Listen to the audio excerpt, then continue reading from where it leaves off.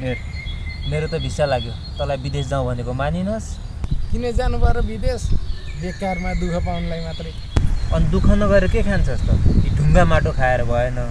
फेरि अहिले त ढुङ्गा माटोलाई पनि पैसा पर्छ नि पैसा त रुखमा फल्ने होइन क्या अरे अनि दुःख गर्नु परेन त पैसा चाहिन्छ भन्दैमा त्यो विदेशमा 24 घन्टा खटिएर काम गर्न चाहिँ सकिँदैन खाना पिना निन्द्रा थकान केही नभनी यत्रो खटिएर काम गर्न चाहिँ सक्दिनँ अरू गाउँतिर गएर कृषि गरेर खाइन्छ ल ल त नजा मलाई त विदेश गएर टन्न पैसा कमाएर दरबार जत्रो घर बनाएर मेरो आमालाई राख्न मन छ राख राख आफूलाई त यो देश र घर परिवार छोडेर कहीँ जानु मन छैन ल ल तँलाई पैसा चाहिँदैन रहेछ नजा अब मैले विदेश नजा यतै केही काम गरौँ भनेको मानेनस्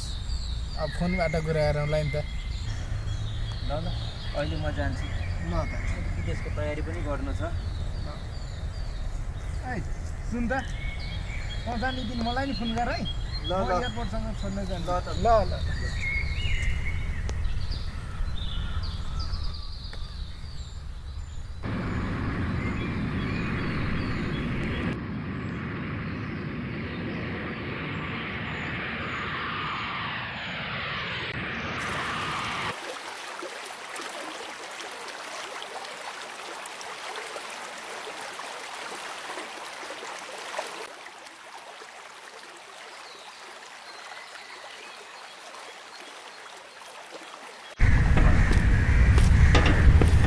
बिहान